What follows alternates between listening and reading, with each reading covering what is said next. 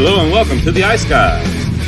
This is the show that takes you into the world of the National Hockey League. Every game, every day, from a betting perspective.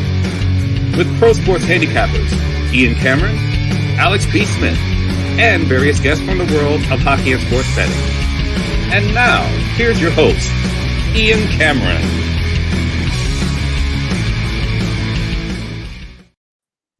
Welcome to the Ice Guys, Saturday, October 26th. Ian Cameron, Alex B. Smith, and Calder Brooks, who is joining us on Saturdays this season, ready to break down a big Saturday card as always, and looking forward to it. Last night, though, just a couple things on the games. Ottawa-Vegas, what an entertaining game that was. And there is still magic at T-Mobile Arena in the Fortress when it comes to the Golden Knights. They have done this a lot in their franchise existence. Down a couple of goals at home, come back, rally, and find a way to win. And they did just that yesterday against the Ottawa Senators. Tough start, down 2-0 early, but they come back. They get 2 goals late in the third. Close shave, Barbashev, and of course Keegan Colasar right after that, and come back to beat the Ottawa Senators yesterday in a very entertaining hockey game. Then they had an empty netter, 6-4. Great comeback by Vegas. It was a great betting result for everybody pretty much. I think we all had the first period over. We all really liked it. Vegas and Ottawa combined were 11-2, now make it 13-2 to the over this season in the first period. Full game over cashes as well. And I actually had a piece of Vegas money line, Alex did, and team total on Vegas. So it was a clean sweep there for me with that Vegas Ottawa game. Islanders Devils, a big win for the Islanders off a shutout loss. And they score 4 goals, and they beat the New Jersey Devils 4-3. The gift that keeps on giving comes through again. Teams off a shutout loss. Now 11-1 to the first period over, 9-4 to the full game over. That angle was in effect with the Islanders versus the Devils, with the Islanders off a shutout loss to Detroit in their previous game. And first period, full game over, both cash in that game. And we had a piece of the Thailanders. We had a piece of the draw as well. Great price there, plus 380.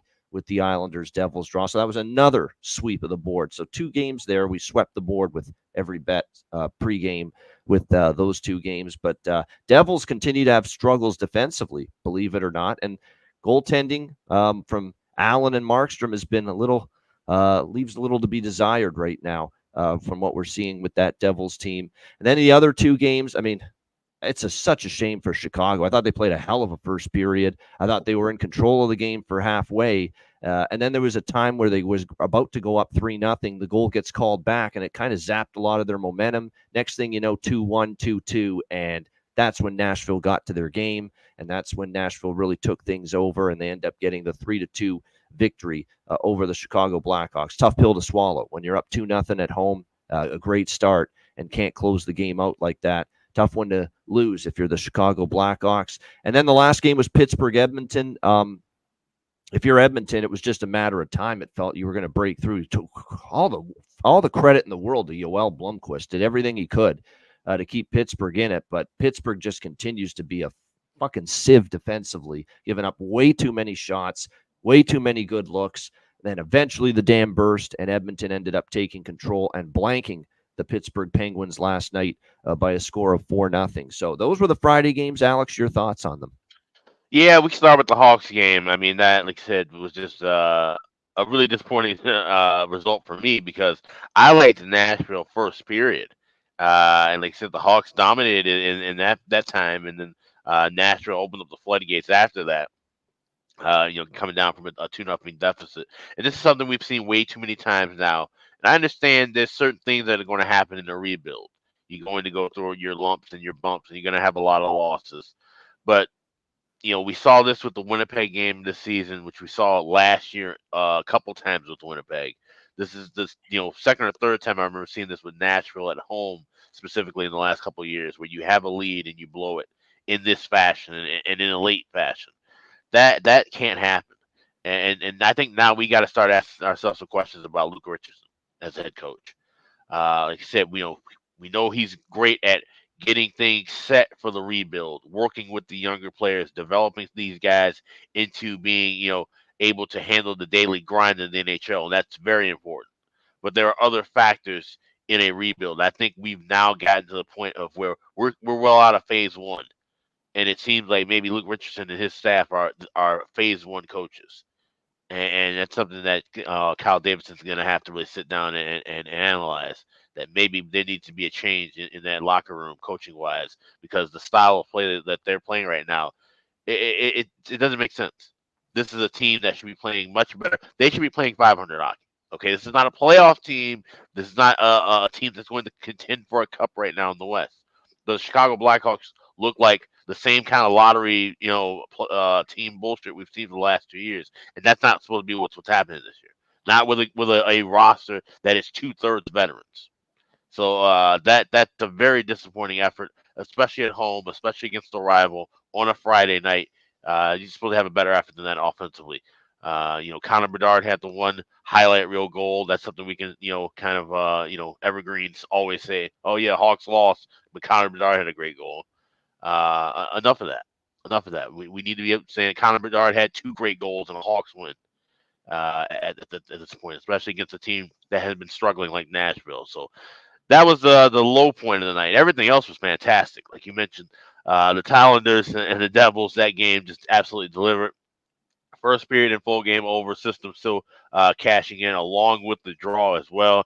And like I said, Devils, the goaltending's still shaky, but it's still a better version of shaky than they've had the last couple of years. I think there's nothing wrong with this tandem of Markstrom and Allen. It's still early in the year.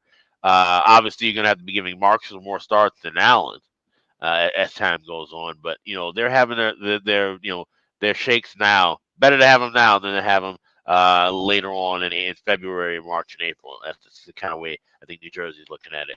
And then looking at that Vegas Ottawa game, like I said, the Nevada Day angle is real.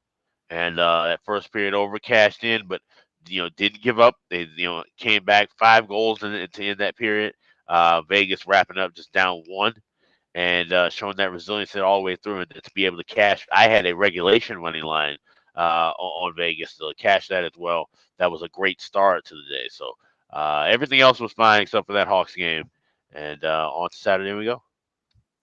All right, Calder, anything you wanted to add about the Friday slate? You know what, you guys, I like the Oilers kind of getting a few guys going. Like Arvidsson had a few points.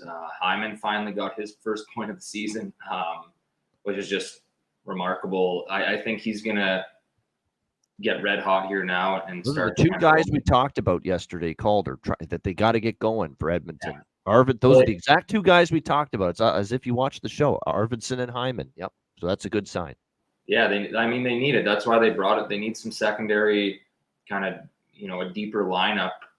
And get that secondary scoring. And if those guys do, and you kind of get rolling, and then you can bring, like, I think people forget that Kane's out, and I don't know what the deal is there, but if they can bring him back, like Vegas always does, bring a guy back for playoffs. And then I saw another thing I wanted to say is I saw Kyler Yamamoto go on waivers on Utah. So I don't know if that's just if he's actually going down to the AHL or if he'll get claimed or what the deal was, but wanted to give him a little shout out. He was my line mate in Spokane the 1 year, and probably the reason why I got half the points I did. So, and he was only pretty cool. He can be a good player at this level. It's just about finding consistency and probably finding opportunity as well. Yeah, I think that's a big thing in hockey in general is finding a good fit. You go to a bunch of different teams, it doesn't work. You land in a place and you pop off. And he had 20 goals, I think, the 1 year with Edmonton, or close to it. So yeah, hopefully he can find somewhere and keep his NHL career going. But yeah, we'll see. All right, yeah, absolutely. And like I said, with Edmonton, it's they need some other guys that they expect to fill the stat sheet to fill it. And Hyman and Arvidsson were the 2 guys we really talked about big time on the show yesterday. So that was definitely nice from an Oilers perspective that they played a role in that win over the Pittsburgh Penguins. All right, we got a huge slate here for this Saturday, and it is big. When we are talking this Saturday slate, we are looking at 14 games on tap, including 3 afternoon matinee affairs, beginning with the red hot, scorching hot Minnesota Wild as they take on the Philadelphia Flyers. Not so hot right now. Minnesota minus 135 road favorites, 6 the total here in this game. This game, of course, one of two 1 p.m. Eastern starts. Minnesota's playing great hockey. Want no part of stepping in front of them, but don't love the price. Don't necessarily love the spot. Early start game here for them, but they're playing great. And Gustafsson expected to be in net. Samuel Ersson's been confirmed for Philly. Konechny, a game time decision here for the Philadelphia Flyers, undisclosed injury. So we'll see if he suits up. We should know in the next half hour for these early games how things are going. I certainly could only look at the Minnesota side with just the form right now of these two teams. Flyers are struggling. A lot of that is just not enough offensively, consistently, not burying their chances. They're generating shots. They had a ton of looks against Washington, didn't have enough finish. And then, their defensive play, and particularly their goaltending, hasn't always been great. So, I've been on Minnesota a lot.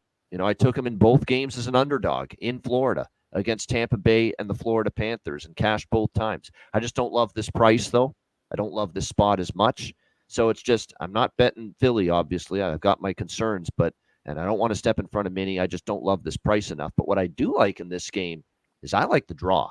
I think we're going to have a competitive game here off the hop. If you actually look at the Wild versus the Flyers, 3 of the last 4 have gone past regulation head-to-head between these two teams. So I expect a close game. I think Flyers at home, 2 losses in a row back-to-back to Washington.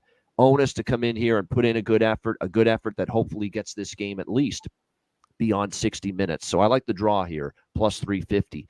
Alex, what do you think here? Wild Flyers. Yeah, this game didn't ring my bell, even with the draw. And I saw that angle, the 3 of the last 4, but day games can be a little trickier.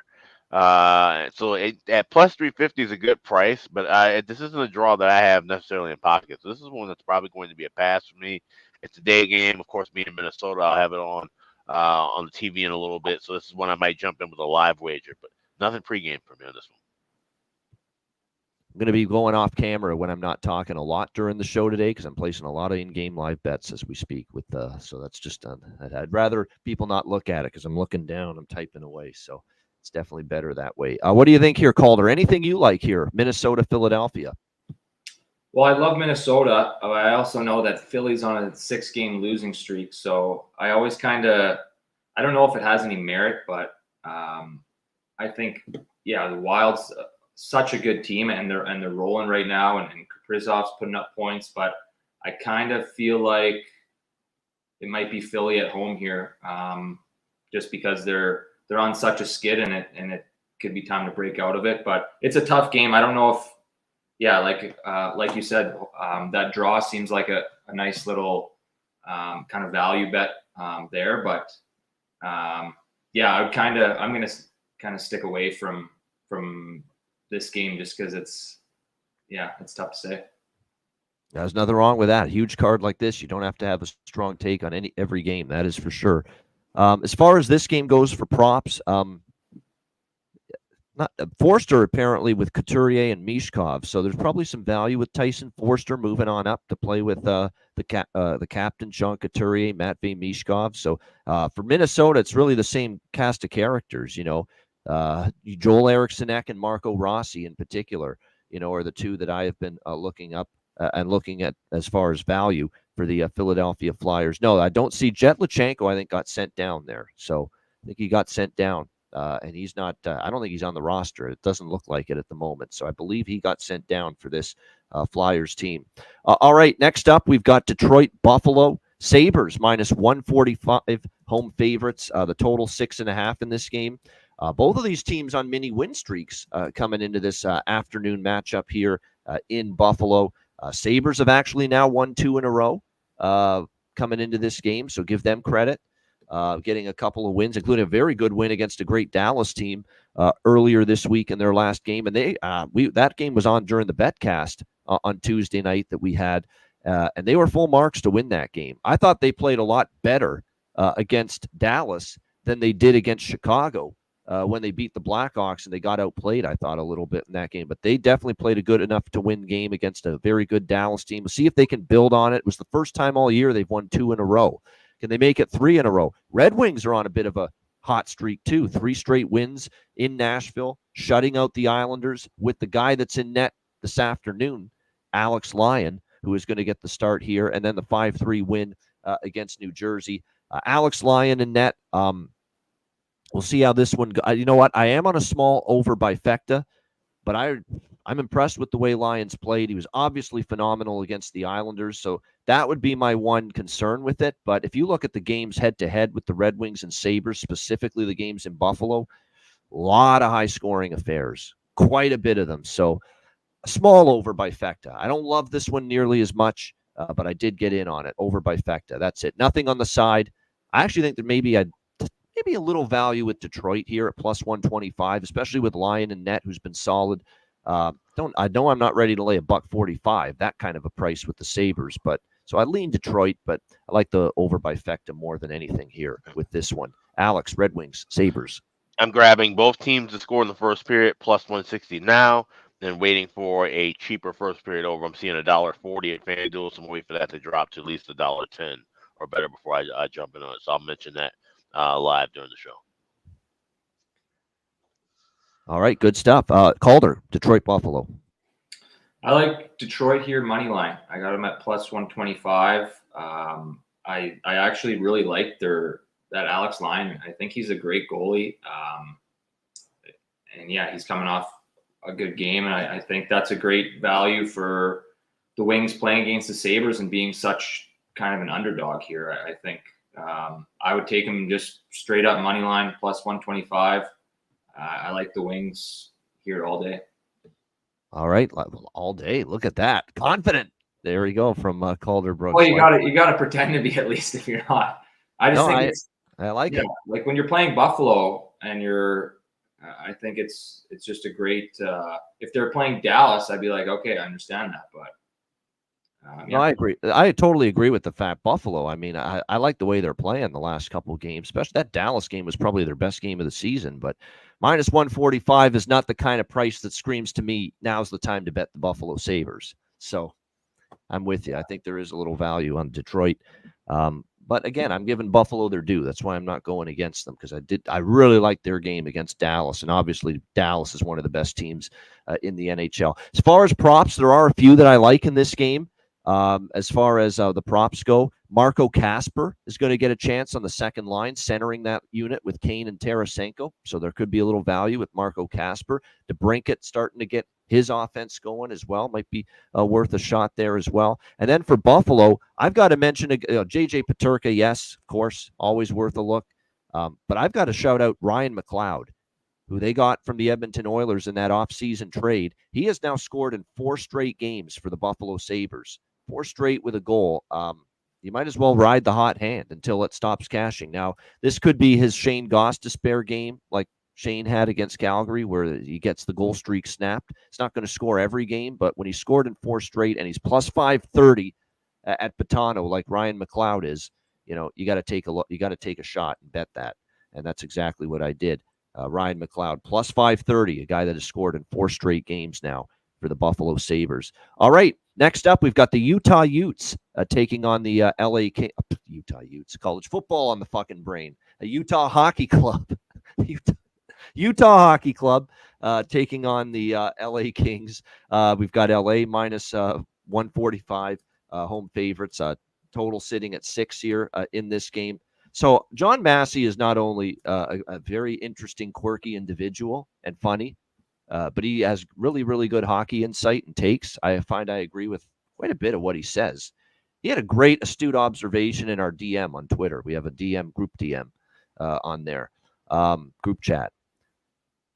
Since Sean Dursey went down to injury for the Utah Hockey Club on the blue line, the transition game has really suffered, generating that rush up the ice and kickstarting the offensive thrust, if you will, has been much more difficult for the Utah Hockey Club.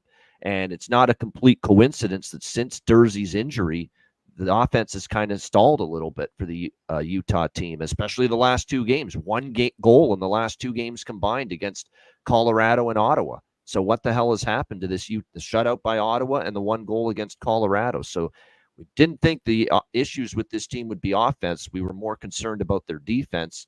While their defense has been, I think, decent at times, it's been up and down, but we never really thought they'd be challenged offensively. But the last 2 games they have, and it's definitely something to be concerned about. But I do like this spot in this situation here for Utah. They got this LA team that was on the road forever, almost 3 weeks, came back home against San Jose, and I think they were playing off the adrenaline of that home opener and the pomp and circumstance before the game, and they jumped on San Jose early and had a great first period. They did not have a great second and third period. In fact, I watched that game a lot. But that game in Winnipeg, Seattle, I was watching both of them at the same time Thursday night. San Jose outplayed them in the last two periods. There's no doubt. And San Jose actually a little snake bit, or else they probably would have tied that game in the third period and maybe even won it. They were hanging on for dear life by the skin of their teeth, LA, against San Jose, and it looked like they were running out of gas physically. Well, now, this could be the game where it kind of hits them now, where they run into that wall. All the travel, finally back home opener, you get the win, and this is your flat spot. This is your just clunker, like Toronto had maybe against Columbus earlier this week, where you just don't have it. You don't have your legs.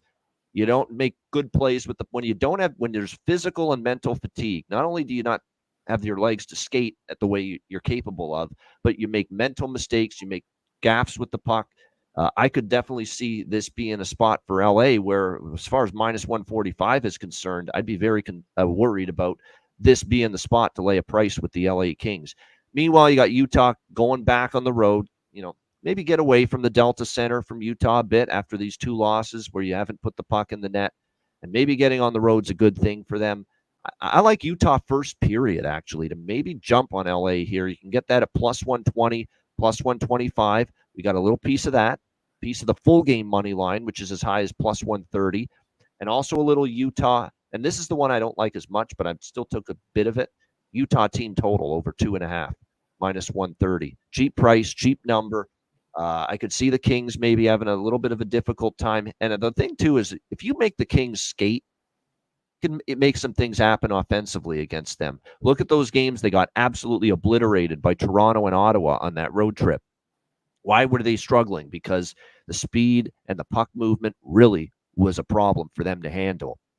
And despite the offensive woes of the last two games for Utah, we know the skill and the talent and the overall ability of this club offensively is good enough to make LA have trouble with those kind of issues that I just talked about. Puck movement and obviously the ability to make creative plays. So, like I said, I think this is a nice spot, a nice time to buy Utah here, going on the road as an underdog against the LA Kings. Alex, what do you think here? Utah, LA. Yeah, I bet this yesterday plus 130, but I still like it at plus 125 with Utah. And I like that first period money line look too. I might tag onto that as well. This is definitely a true flat spot for LA, coming off of, like I said, getting the win after that very long road trip. But now having to settle in and then having to come back around and play a day game as well. So now you're talking about, instead of 48 hours of recovery, 36 hours of recovery. Just those little tidbits, and now playing a fresher Utah team, like you said, they're playing better on the road. Kind of, like I said, have those couple of clunkers at home. Now get away, take a little business day trip. I think Utah gets 2 points here. So give me Hockey Club plus 125. All right, Utah as well for Alex. What do you like in here, Calder, in this one with the Utah Hockey Club, LA Kings?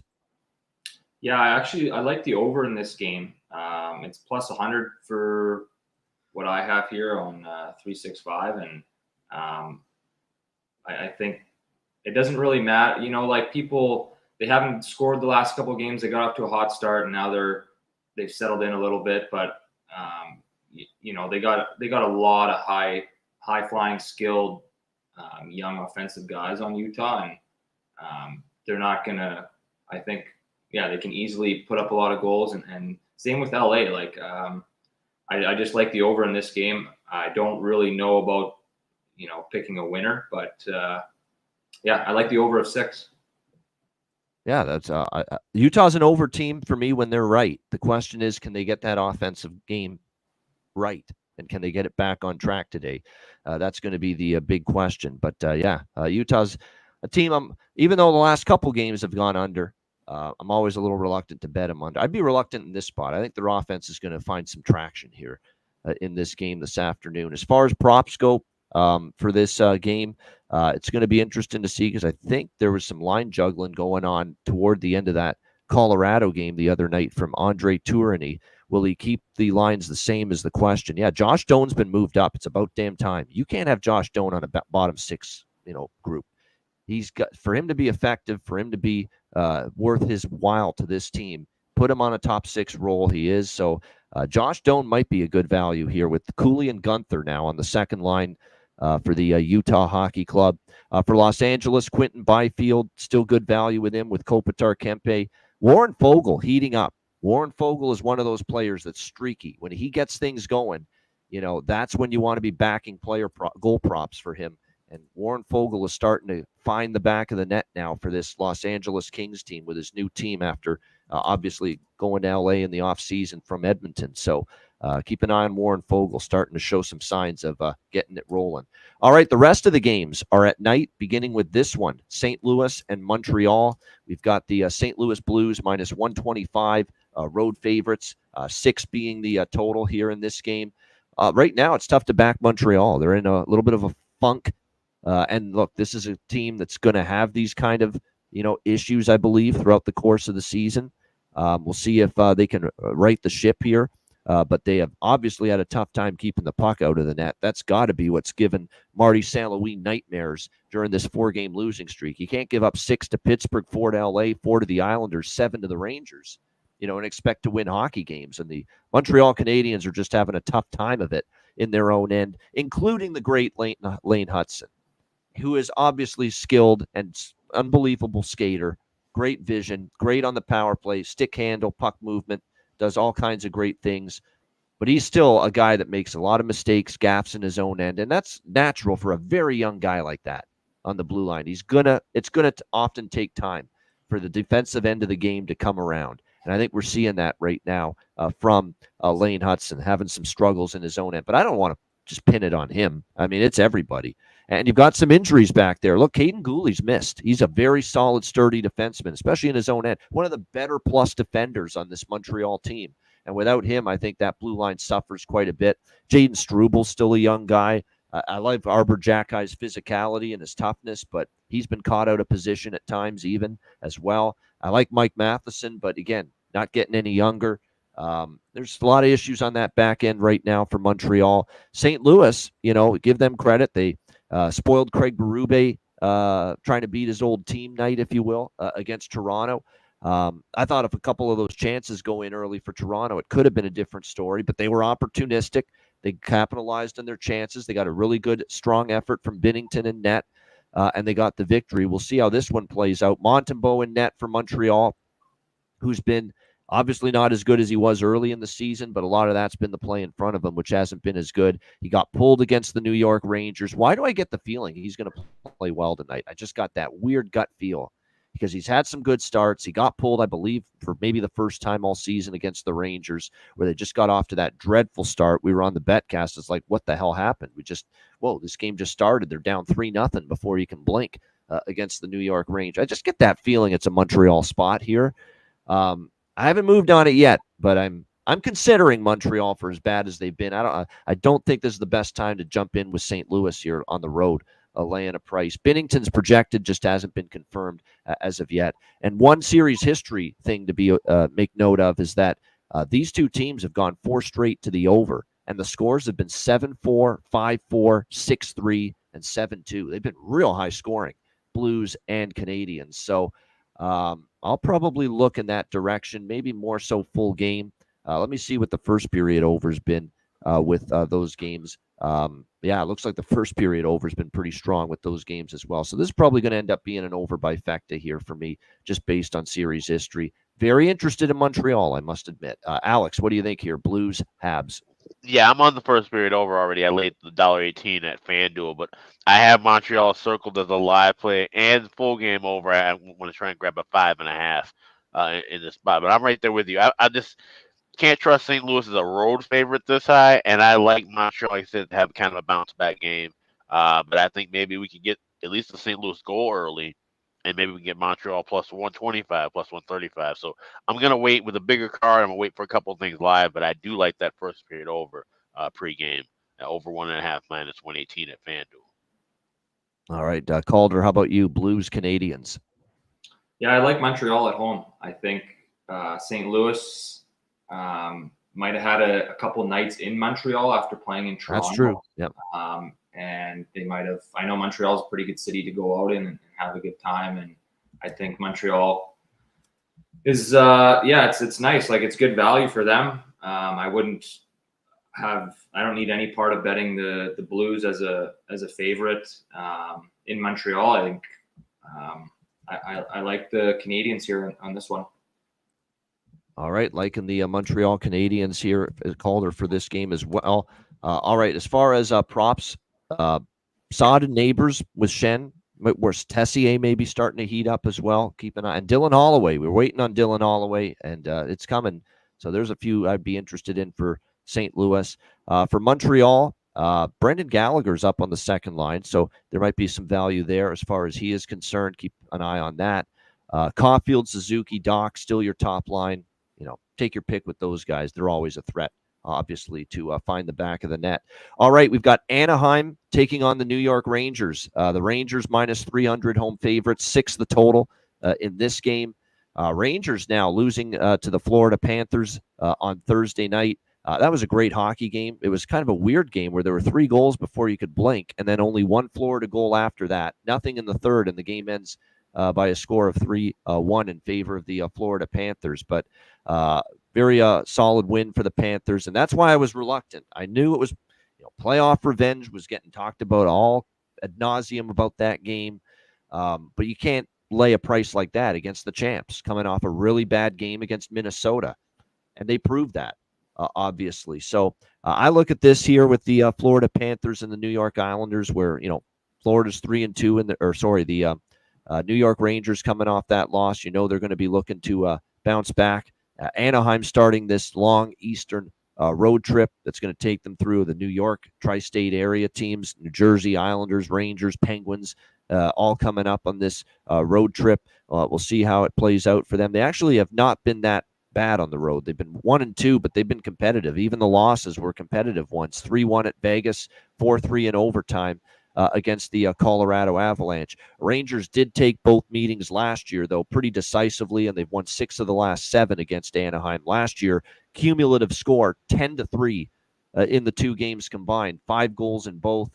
We'll see how this one goes. I mean, to me, I like the Rangers team total over a little bit, but I don't like it at the price. Minus 150, minus 160. Just a little too rich for my blood when it comes to this game with the Ducks and the Rangers. It is worth noting both of those games last year did hit a minimum of 6 goals, and Jonathan Quick is confirmed. So I'm going to go full game over 6 a little bit here with the Ducks and the Rangers. Alex, what do you think here? Anaheim, New York Rangers. Yeah, this is one. I'm going to wait for a little bit in game too. 5.5 and a cheaper over 1.5, I think could be a spot in this, but I think relying more on the Rangers. Obviously, and like I said, this is one of those spots. This is where Quick excelled last year. These Saturday night games against these lower tier teams, and he had these great stops and ended up getting some of those big wins last year. So if the Rangers can get a good effort from Quick and get a win here, that'll be huge in the grand scheme of things, because you want to take advantage of those nights where you have Shesterkin off, giving him some rest. And Quick, even at 38, 39 years of age, can still give you some wins. And, of course, Anaheim, a team he's very familiar with throughout his long career and all those battles he had when he was a member of the Kings. Definitely a good time to start him. So maybe a lean toward Rangers team total as well, but definitely we'll be looking at the Bifecta in-game. All right, over Bifecta in-game for Alex here when it comes to the New York Rangers and the Anaheim Ducks. All right, Calder, what do you think here? Ducks, Rangers. I kind of like the Ducks here. I don't really – I know the Rangers are obviously a far better team in there, and they're highly favorited. So, I'm not going to touch them on that. It's just, minus 300. But I kind of feel like the Ducks are coming into New York, and it's a change of scenery, a good, East Coast swing for them. It's kind of a fun time as a team to go on a little bit of a road trip and get out with the guys and go for some beers in New York City and kind of, change the vibes up a bit. They don't have to play Shesterkin. So I love them, having to do that. And I think Anaheim's goalie is actually that Dostal, or Yeah, Lukas Dostal. He's phenomenal. he's good. We love him. Yeah, He's Alex really and I good. are. We've been singing the praises of this guy in net for Anaheim for like over a year now. Yep. Yeah. Okay. Yeah. Well, I agree. Like, I think he doesn't get a lot of talk about him, but I think he's a great goalie. And without them having to go against Shesterkin, I don't know. I think the Ducks might pull some out here. No, you don't have to feel like it's a stupid opinion. You're right. You're right as rain with this. That's a big price, plus 250. You know what Anaheim's losses are this year? Colorado, Vegas, pretty quality losses. Even Colorado is starting to get better now. So that's, after a bad start. And the other one was LA. They haven't had really a horrible loss this year. And the Colorado and Vegas losses, they were competitive.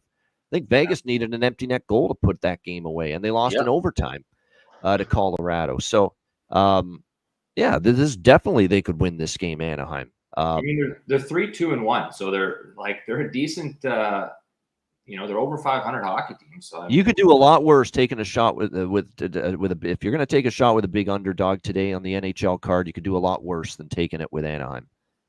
That is for sure. The only thing that concerns me is the Rangers losing against Florida. This team's very good off a loss, and that's the only thing that would concern. And even with Quick and Net, they are capable, and they dummied the Ducks last year in 2 games. That's another thing that but I don't mind you at all taking that price plus 250. I mean, and Dostal, I'll give you Dostal's numbers: 3-1-1, 2.19 goals against, 936 save percentage. That's really strong from Dostal in 5 starts so far for the Anaheim Ducks. Yep, we're high on the prospects of him as a number 1 goalie for that franchise. There's no question. As far as props for this game, I'm going to go bold and say Cutter Gauthier gets his first goal tonight in Madison Square Garden. He's promoted with Carlson and Fabry on the top line. Big opportunity. I think this might be the night for him. Troy Terry for Anaheim, worth a look. And then for the Rangers, Alexis Lafreniere, Riley Smith. They're both worth a look. Even Will Cooley stepped up, giving them some offense from the third line. Those are some good prop looks, in my opinion, here for this game involving the New York Rangers. But yeah, keep an eye on Gauthier here tonight because he's finally going to get that opportunity.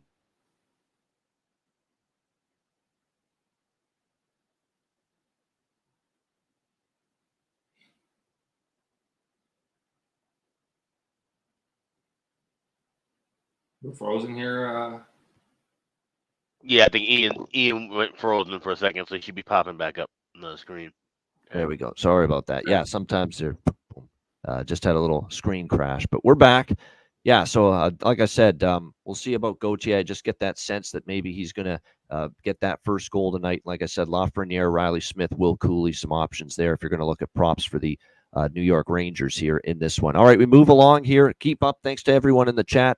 Hit the like button. We got Winnipeg and Calgary next up. Winnipeg minus 135 road favorites here in this game. This game taking place at the Saddle Dome. The total sitting at 6 across the board. Yeah, this is one of those deals where I have not been on the Winnipeg Jets one single time this year. And I am not betting against them either. They're undefeated. They're finding ways to win. Hellebuck's been good. They've been getting contributions offensively from everybody. Calgary's finally taken a little step back now with the loss against Carolina the other night, although no shame in that. We know Carolina's capable, but I'm also not jumping on the Winnipeg Jets Express. If I haven't been cashing during this win streak, I don't want to be jumping on now and here they lose their first game. I don't want to be doing that. And I don't like the price enough, minus 135 on the road. Really, there's a pass for me all around. Side and total. Don't really have a lot here. This is my game where I don't have a whole lot. What do you think here, Alex? Jets, Flames. It's a total pass for me, too, for the same reason. I haven't been on either one of these teams' hot runs at the start of the year. I don't want to jump on them now, and then they start to cool off. So it's a game just to observe and learn from. If I had to play something in-game, like I said, obviously I trust in Dustin Wolf and at a plus price. Like I said, this is a Winnipeg team that's hot. They're due to lose at some point. We don't know when it's going to be, though, so it's pass. Yeah, I mean, for the Jets, it's Scheifele, Connor, Ehlers, Perfetti, Niederreiter, of course, steps up the last game as well, or a couple games ago. I mean, it's everybody. Velarde, everybody chipping in for them. Yeah, look, lean Winnipeg just because, look, until they lose, it's a lean Winnipeg for me every game until they lose. I'm not stepping in front of an undefeated team, but I just don't like the price enough. 3 straight overs in the series. I don't know if tonight's goes over, but I will say this, with Winnipeg starting to pump in the goals. Earlier on during the season, they were winning low-scoring games. Suddenly, 3 of their last 4 games have gone over the total. So keep that in mind. So I would lean Winnipeg and I would lean over, but I do not love either one. People in the chat saying draw. I'm like, at plus 340, it's not one of my favorite spots. I'd be more inclined to bet that maybe than any side. Just to put it, it's only 10 cents. I'm not going to act like it's a huge price difference, but it is still a better price. I really like the mini Philly draw at plus 350 a lot more than I like the plus 340 draw in this game. So that's the way I see it. What do you think here, Calder? Winnipeg, Calgary. I'm going to be a bit of a homer here and go Calgary. I like them at plus 115. Winnipeg's got to lose at some point. I think it's tonight in Calgary. The Flames are proving a lot of people wrong this year, and I think they've only lost once in regulation. Calgary. Yep. Yeah, they got a great underdog mentality where they're kind of sticking it to a lot of teams that people that thought they'd be a super average team this year. So I kind of like the Flames to shake things up and Winnipeg's winning streak. There we go. You like the Flames to shake it up, dun, dun, dun, dun, dun, dun, dun, shake it up, little Cars, and then to go with our guy Dustin Wolf to keep the '80s music references going. Hungry like I thought you were going Taylor Swift there for a second. No, I'm going old school. But mind me, I don't do any new school shit with the music. I'm an old school guy. That's the Cars. Shake it up, Calder. Look it up. I'm with you there. There you go. Great tune. Great underrated band, the Cars. Dustin Wolf looks like will probably be in net, and that's another thing too. That's what's going to give you a chance in this game, I think, to give Winnipeg that first loss. He's getting better with each start, at least that I see. Dustin Wolf, and there's definitely potential for him to be, like I said, a pretty solid goalie in this league. And I think that's something that the Flames have been crying out for. The Flames have not had, they had Markstrom. And Markstrom gave them some good moments, but prior to that, they haven't had a whole lot since Mika Kiprasov back in the day, as far as a goaltending. So Dustin Wolf could be that guy. So we'll have to wait and see how he performs. As far as props tonight, Pospisil with Kadri and Kuzmenko, there could be a little value there with Pospisil moving up. Connor Zari's probably always worth a look as well, potentially to find the back of the net. And for Winnipeg, it's because it's so much offense by committee right now. You're getting something from Connor. You're getting something from Ehlers. You're getting something from Velarde. You're getting something from Scheifele, Perfetti. They're all kind of Nino. They're all kind of sticking out and stepping up at the moment. So it's not the worst idea to maybe sprinkle on multiple players for the Jets here tonight. That's a Hockey Night in Canada, one of the Hockey Night in Canada games on the Rogers Sportsnet Saturday Night Network tonight. This is another one next up. Toronto Maple Leafs, Boston Bruins. We've got the Leafs. Actually, the Leafs now about minus 120 road favorites here. The total sitting at 6, shaded to the under here in this game. I've got a little Toronto, a little draw in this game between these two teams. Look, I think Boston is ripe for the picking right now. They are not playing very good hockey. They are not getting offense from their captain. Brad Marchand is in a rut to start the year. Pasternak hasn't been lighting it up like we're accustomed to.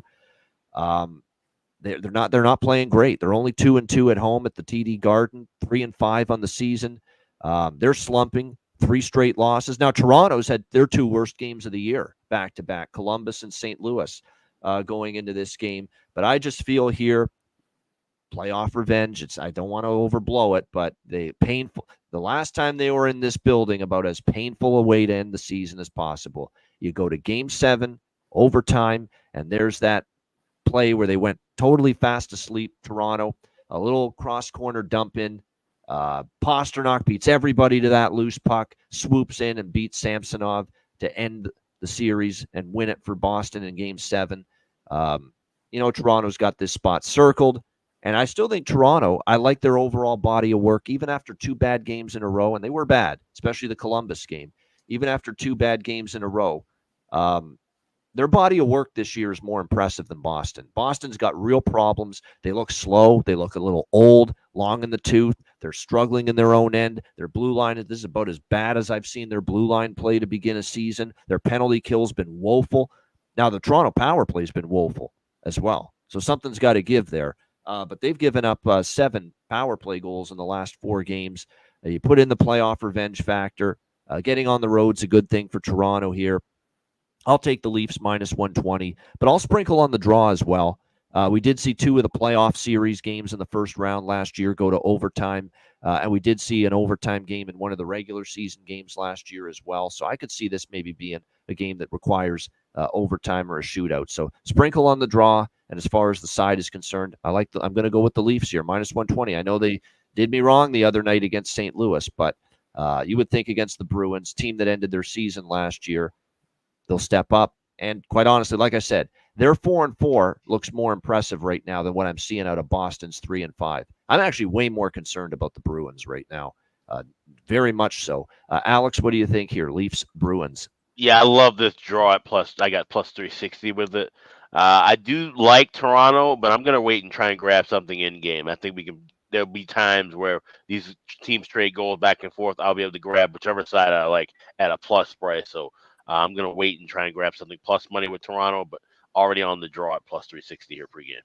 Yeah, see, Bills, there's a lot to that. Leafs are better on the road in these spots as well, he says. Yeah. Well, when the crowd, even after a loss that sends you to 4-4, it's not like the loss against St. Louis the other night at home dropped you to 0-8. It dropped you to 4-4. It's not like the sky is falling. And there's the Leaf fans booing their fate. They're booing like crazy at the end of that game when it ended 5-1 for St. Louis. Of course, you'd want to get away from that, if you're the Leafs. So I do. I think they'll be more relaxed and they'll probably play a little bit more better, certainly on the road here against the Bruins. Like I said, I don't think it would be crazy. It would be crazy to not expect the Leafs to be ready to play a team that obviously has had their number over the years and, of course, in the playoffs, especially, including the 7-gamer last year in the first round. What do you think here, Calder, with this one, Leafs, Bruins? I like the Leafs here. I don't think the Bruins look good at all, like you were talking about. They're slow and they're not getting some scoring from their top dogs. And I think, honestly, the Leafs, I don't think they're very good at home. I don't have any stats on what their record is kind of in general, but I like them as a road team more than I do as a home team. I think their crowds, that like the fans in Toronto are just, there's a lot of business people there, and they don't get to their seats till, halfway through the period, and there's just not a lot of. I think it's good for Toronto to go on the road and just sort of take it as more of a business mentality and get out of their comfort zone a little bit more. So I kind of like the Leafs here to take it to the Bruins. My bargain bet of the night's coming from this game, so I'll leave it at that. There you go. Bargain bin special from the Leafs and Bruins game for Calder in this one. Just quickly on props, I'll throw out 3 names. Obviously, Marchand with no goals. He's got to get going.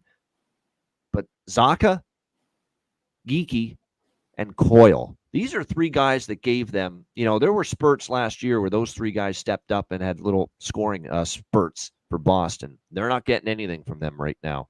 And that's got to change, especially Zacha. Zacha's capable, and we have not, offensively that is, and haven't seen that from him for the most part. And look, I like Cole Koepke, who's got 3 goals for Boston, but he shouldn't be, up there as your, top 3 or so in scoring right now for the top 2. He actually tied for the lead in points with Pasternak on this team, so that shouldn't be the case. You should have, more guys to be able to make a difference here offensively right now for the Boston Bruins, and not getting enough contributions. And like I said, their defense for the first time in ages looks like there's cracks in the armor. They look definitely a step slow. They're coughing up the puck. They're slow to react on the penalty kill, which has been brutal. There's issues. We'll see if they can rectify those tonight. All right, we got the Washington Capitals and the Tampa Bay Lightning next up. Tampa Bay minus 170, home favorites, 6 the total here in this game. They're playing so well, Washington. I'm gonna take them here a little bit, plus 150. And I like Tampa Bay, of course. And they're off a loss to Minnesota 4-2. 3 losses in their last 4 games, though. Washington's on a heater, having won 5 in a row. And the concern for Washington was, would there be enough offense? Would there be enough goal scoring from this hockey team? And fortunately for them, we've seen it.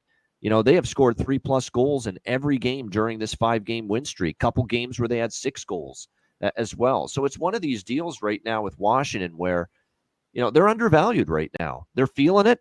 They're being very well coached, obviously, by Carberry, and that's, of course, no disrespect to Cooper. Cooper's obviously been one of the best coaches in the sport. He still is.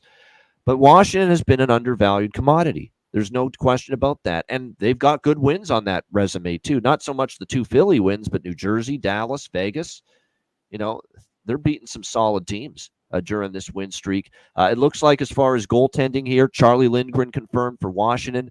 Should be Vasilevsky for Tampa Bay, but not yet quite confirmed there as well. We'll see how this one plays out. But like I said, with Washington playing the kind of hockey they are, they're playing solid. Their defensive game's been solid. Lindgren and Thompson haven't had that, big drop off. I thought maybe Lindgren would have a bit of a decline this year. No, he's been pretty rock solid for this hockey team. And that's important. You look at their team stats so far. Dylan Strome, 9 points. McMichael, those are the 2 guys that have the value, and Wilson as well. Those 3 guys, and even Dubois. We've ripped PLD a lot on this show.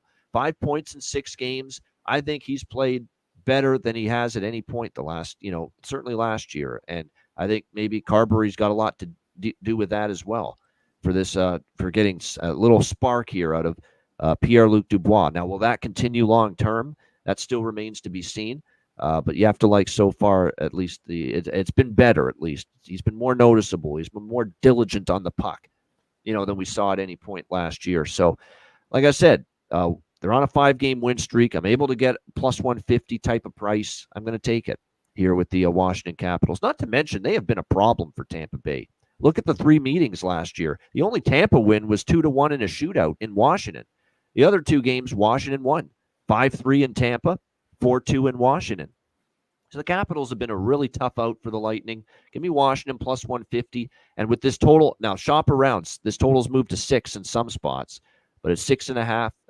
It's moved to 6.5 in some spots. It's still 6 at other spots, but there are still some 6s out there. If you can find the 6, I like the full game over the total here as well with the Lightning and the Capitals. Let me just see what their first period over record is. They're both 4-2, so that's not bad. But like I say, I like usually a little higher combined percentage than that for the first period over. But I like the full game over here, plus Washington plus 150. What do you think here, Alex? Capitals, Lightning. Yeah, I would look more toward more for full game over rather than first period over in this spot. But I like the draw here. And like you said, Washington has played Tampa tough. At plus 380, I think there's some really good value with that. This could be a close enough back and forth battle. I said Tampa coming off of a tough game. This just feels like it could be one of those kind of 3-3, 4-4 kind of a battle. So I would lean over, but I definitely like the draw at 380. All right. You know what? I might add that to the old portfolio because I was eyeing the draw. I hadn't yet bet it, but when I see Alex liking a draw, that's enough to push me in the right direction. So, yeah, the draw plus 380, I think I'll pop that on there as well. I could see this being a close game as well. What do you think here in this one, Calder, with the Capitals and Lightning? I'm hammering the Capitals in this game. Hammering them. Wow. I thought I liked them. And the reason why is I'm not a huge in-depth stats guy, but I was curious on how Vasilevsky was doing this year. And he's 31st in the league with an .871 save percentage and a .314 goals a game. So he's obviously not, playing up to the standard that a lot of people know him to play as. He's still a very good goalie in the NHL for sure. But just right now, it hasn't been his year so far. And the Capitals also are scoring a ton of goals, which is not what people expected. So I think between those 2 things, I love the over and I love the Capitals in this game. It's kind of seeing it being like a 5-3 win for them type game is what I have it. All right. Calder likes Washington here as well. Prop-wise, Protas, Strome, McMichael, Wilson. I don't mind any of those for Washington. Tampa Bay, Hagel. Connor Geeky now on the second line, probably worth a look. And Nick Paul is someone that you don't have to guess that I'd probably like Nick Paul's prop, but yes, I do. Once again here in this game. All right, Florida Panthers and New York Islanders. We got the Panthers minus 140 road favorites, 6 the total in this game. We'll see how this one plays out. The Islanders off a back-to-back, by the way, for the Islanders. But again, minimal travel. They were in New Jersey last night. They're back home tonight. But a 4-3 overtime win last night for the New York Islanders against the New Jersey Devils. Off a shutout loss to Detroit. They bounced back, found some offense, which is obviously something that's happened a lot with these teams off a shutout loss. It happened with the Islanders last night. Nice 4-3 win. Sorokin, pretty solid, especially as that game went on. 35 shots faced, only gave up the 3. We'll see how this one plays out against Florida. Florida off the 3-1 win against the Rangers. You want to know what kind of character this team has, and we know they have character. They ooze character as a hockey team. You don't win a Stanley Cup without it. You know, Rangers had that game triple circled. You know it, after Florida knocked them out. And Florida jumps on them right away in that game the other night against the Rangers because they were off a game that nobody was happy about. Bennett, Tkachuk, nobody was happy. Paul Maurice, nobody was happy about their effort and their lack of compete. They actually called it lack of compete against Minnesota when they lost 5-1 earlier this week, Florida. And that's how a team with character responds. Great win for them against the New York Rangers on the road Thursday night, 3-1. We'll see how this one goes. It's breast advantage for Florida. They're the better team. We know that. I lean Florida minus 140. I don't know if I love the price enough to bet them in this spot, but I certainly lean Florida to get the job done against this Islanders team. But you know what I like more? You know it. We have to. Give me another draw. You have to. I mean, they're just a draw magnet. Once again, they're the New York Thailanders for a reason. There's a reason we've given them that name the last couple of years. New York Islanders, so far this season, do you know how many games they've played? 7. Do you know how many of those games have gone past regulation? 4. So if you bet the draw in every Islanders game, 4 out of 7, you'd be profitable big time betting every draw on the Islanders. That's why Calder's smiling there. I see it. That's why we call them the Thailanders, Calder. They just play overtime games. They got the same amount of goals for and goals against too. It's just actually remarkable. That's a great stat. That's awesome stuff that you had that at your disposal. That stat equal in goals for and goals against so far this season. The Islanders. That's a perfect reason why they're playing so many close games, and 4 of the 7 have gone past regulation. Why not bet it again to happen here tonight? Alex, what do you think here, Panthers Islanders? Yeah, like I said, roll right back with it with this hot run. The merch will be back up on the Ice Guys at myspreadshop.com tonight, win or lose with this play. But we like to draw here with Florida and New York. And like I said, it's a Panther team that, you know, they're just going through that kind of just natural kind of cup hangover, having guys bumped up, not, you know, really the best of spots. Obviously, we're looking at Florida playing the Islanders, laying 140. You know, 6 weeks from now, we're all over Florida. But this early in the season, Saturday night, home crowd spot, you know, playing on Draw Island. Yeah, give me the draw here. Let's go past 60 and get plus 350 at FanDuel with that play. Yeah, Spencer Knight. Be careful with Spencer Knight. This is a talented kid. He was a little, you know, had some issues upstairs. And he's apparently rectified those. He's in a better headspace now. Feels better. Is back with the team. They think he's ready to resume and be a good NHL goalie. And he's been, you know, first start against Buffalo, struggled, but thought he was better against Columbus. And in that game, and they won it with him in net against the Jackets. Remember, he was in, and that was Johnny Gaudreau's tribute night in Columbus as well. So he's a talented kid. He's not just, let's bet against him because Bobrovsky is not in. It's not that kind of thinking, at least for me. So I still lean Panthers here. I'll probably sprinkle on the Panthers, but like Alex said, I like this draw even more. Hard to argue with 4 of 7 games going past regulation this year for the New York Islanders. What do you think here, Calder? Panthers, Islanders? Yeah, I don't have much more to add other than I think it's hilarious how relevant in how much they tie and how just normally good a bet that is, or how you guys are on top of that. And I'm going to stick with you guys there. I think Florida, if I had to pick a team to win, and I think Florida is going to win, but I do like, I would just say that tie bet's a great thing, and I'll leave it there with you guys.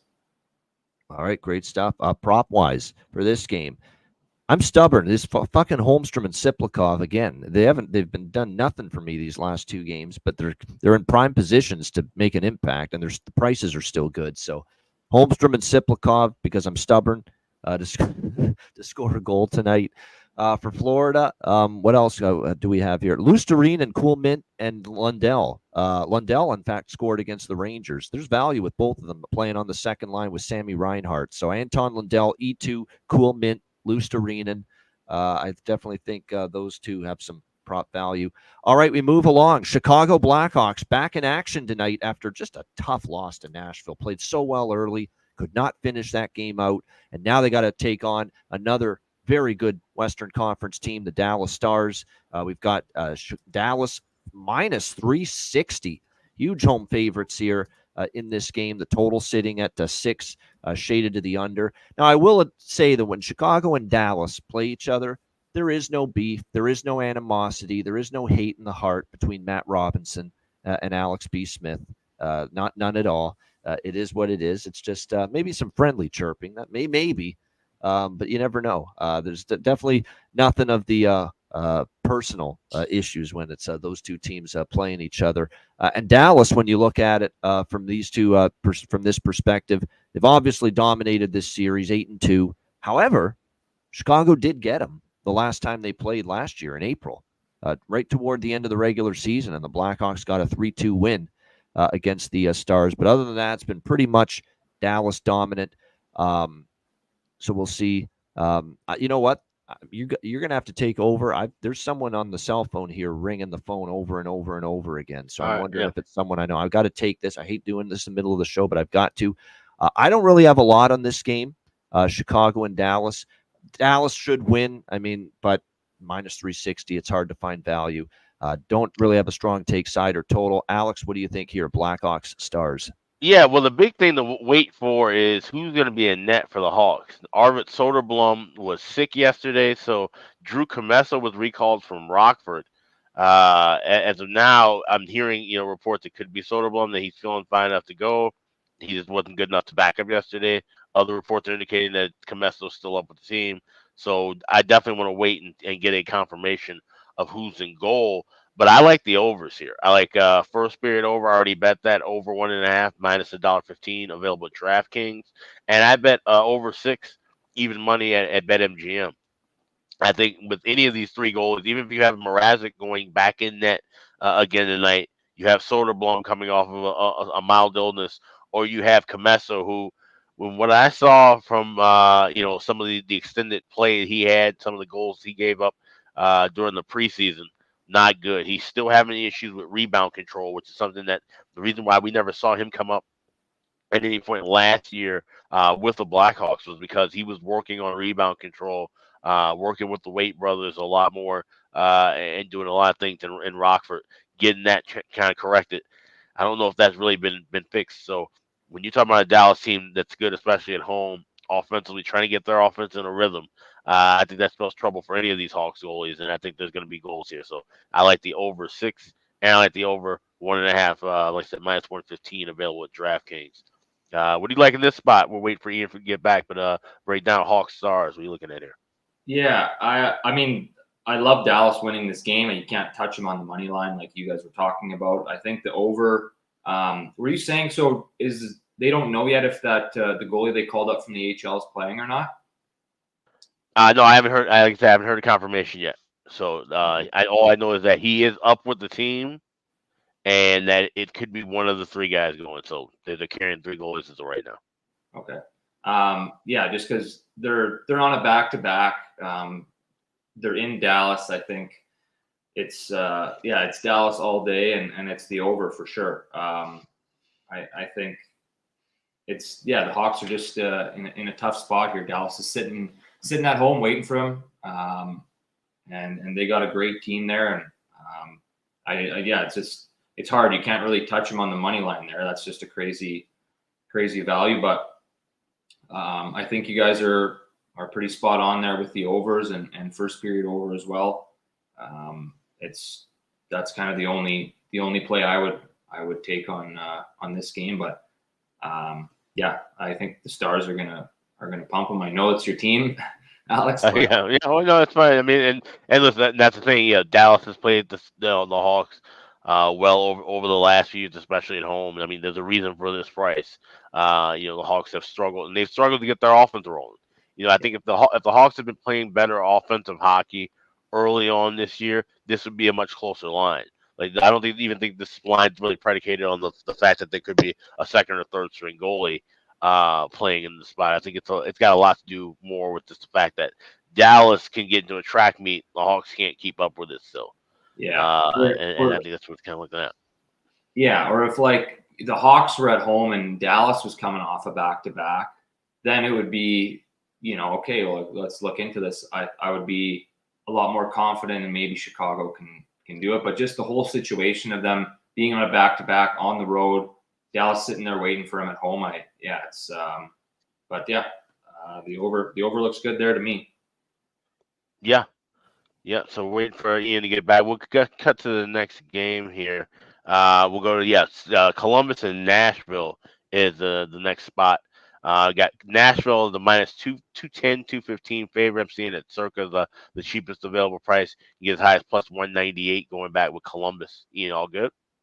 Yeah, we're good. I mean, it wasn't an emergency at all. It was just a friend of mine that needed me to do him a favor, and just forgot that I'm doing a show right now and decided I'm going to keep calling until he answers. So not exactly thrilled with him at the moment, but that's another story. Like, man, I do a show at this time, right? I mean, but nevertheless, it's all good. No emergencies. Nobody died, anything like that. So everything's good. Chicago, Dallas. You guys finished talking about that, right? Yeah. We're just getting ready to Columbus and Nashville. What did you like in that game? I'm curious, Alex. Yeah. I just went like the overs because we're waiting for the goalie confirmation. We don't know if there's going to be Soderblom, who was sick. We don't know if it's Comesso, who was recalled last night, or if it's Mrazek running back to back again, which that's possible this early. So either way you cut it, any of those three goalies, I like first period and full game over.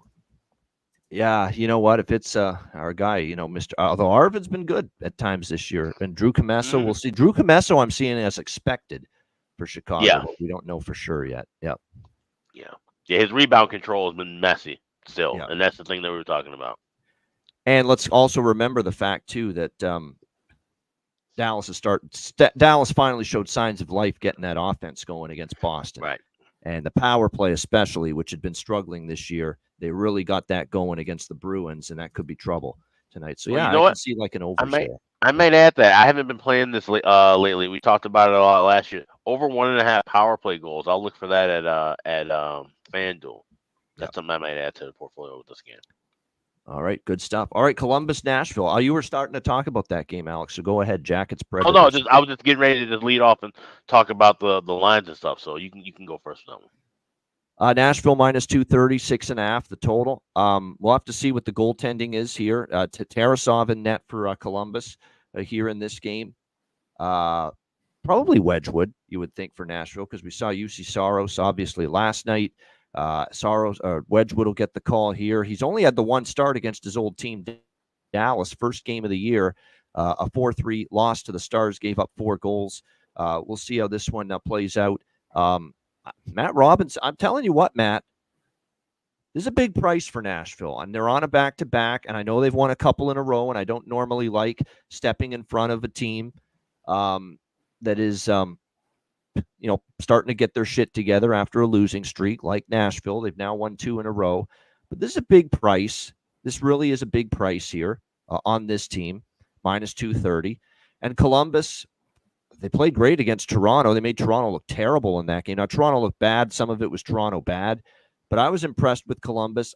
They're still very much riddled with some key injuries. Like, there's still no good Branson, Jenner, Voronkov, Kent Johnson, among others. But Dean Evison has this team working hard every night. It's not always going to be pretty. They're going to have rough nights, but that team is competing very hard on a nightly basis. And that's a big price to be given Nashville with a backup in net on a back-to-back. So I see where Matt's going. I think there is some value in this price with the Jackets, believe it or not. Maybe I sprinkled just a tiny bit. I don't like going against Nashville now that they're starting to figure it out, but it's definitely a spot advantage for the Columbus side. Alex, what do you think here? Jackets, Predators. This is a game that's going to be a pass for me on a big card like this. He said Columbus is not a team that I trust as a dog spot. I think this could be one of those games where Nashville at home on a Saturday night really gets that offense rolling. They could, kind of name their score here against Columbus. So this may be one that I wait for maybe possibly a quiet start and try to grab something in game. But more than likely, this would be a pass for me. So Columbus is 2-3 in the last 5 meetings against Nashville, but I will warn you, the Nashville wins, the three Nashville wins, 2 of them were 2-1, and the other one was 6-4 with an empty netter. So Columbus has given them a tough game. This has been something. Maybe draw. Yeah. Lean draw. I lean draw and dog. I just think in this spot, I like Nashville breaking out. Credit to them, and they're better than They're better than their winless start showed, and they've won 2 in a row now. Good on them against Boston and Chicago, but back-to-back with Wedgwood instead of Saros. There's enough reasons to think Columbus could be live tonight. What do you think here in this one, Calder? Blue Jackets, Predators. Yeah, the only reason I would lean Columbus is because of the back-to-back with Nashville. I think it's just a big thing in the NHL when you have a team that's sitting, that didn't play the night before, that's, resting up and just had a nice day of practice.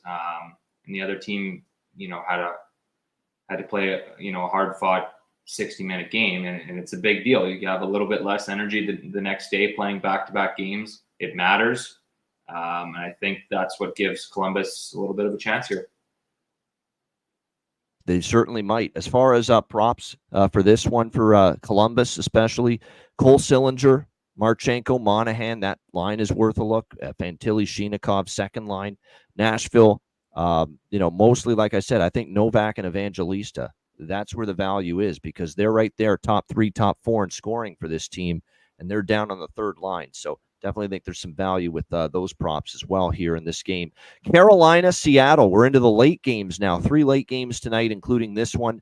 We've got the Hurricanes minus 180, road favorites, 6 being the total in this game.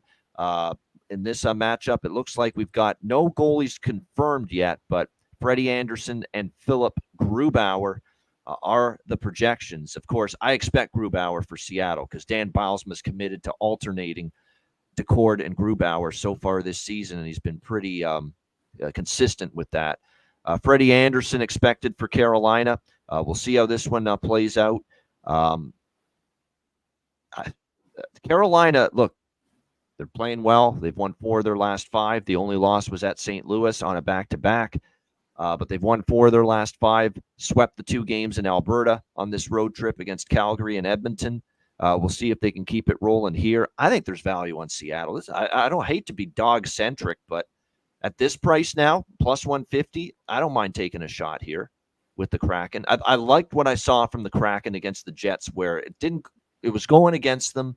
They were down 3-1. They could have packed it in, mailed it in, not our night, but they battled back against an undefeated Jets team, got the game tied, forced overtime. I know they lost in overtime, but to come back and get a point out of that game, I think it was a solid showing from Seattle. I like the resolve that I saw from this team. And now Carolina's been on the road for a while. This is the 5th game of this road trip. Then they're in Vancouver. That could be the game you bet against them, possibly even more, the Vancouver game, the end of that trip. Maybe they're just better than Seattle and we'll find a way. But I don't know. Seattle is still, they're 4-4. And you look at the losses, 4-3 loss in overtime against Winnipeg, 3-2 loss to Colorado, 1-goal game, 2-0 loss to Dallas. No shame in that. And then the 3-2 loss to begin the year against St. Louis where they had the 2-0 lead and blew it. So Seattle's that close, a play here, a play there, a goal here, a goal there. Seattle, instead of being 4-4, hell, they could be 6-2, 7-1 right now, this Seattle team. I think the value is with them here. So plus 150, I'm interested. Alex, what do you think? Canes, Kraken. Yeah, I agree with you. I'm going with Seattle plus 150 here too. This just seems to be the kind of, like I said, and someone else in the chat said, a weird trip for Carolina, and this definitely feels like it could be one of those flat spot nights for the Canes. Even with Grubauer in net, which like I said, he's been the shakier of the two options at times. I still feel like this is a good spot for Seattle here. So give me the home dog, Kraken plus 150. I can get a 5.5 with the total, and with some juice at some books because it's 6 this total, and you can get it actually at some various sportsbook options at over 5.5, minus 125. Points bet minus 120. Bet Rivers minus 132. FanDuel for the 5.5. At 5.5, I like the over here. 7-4 last year for Seattle, believe it or not, against Carolina at home here at Climate Pledge.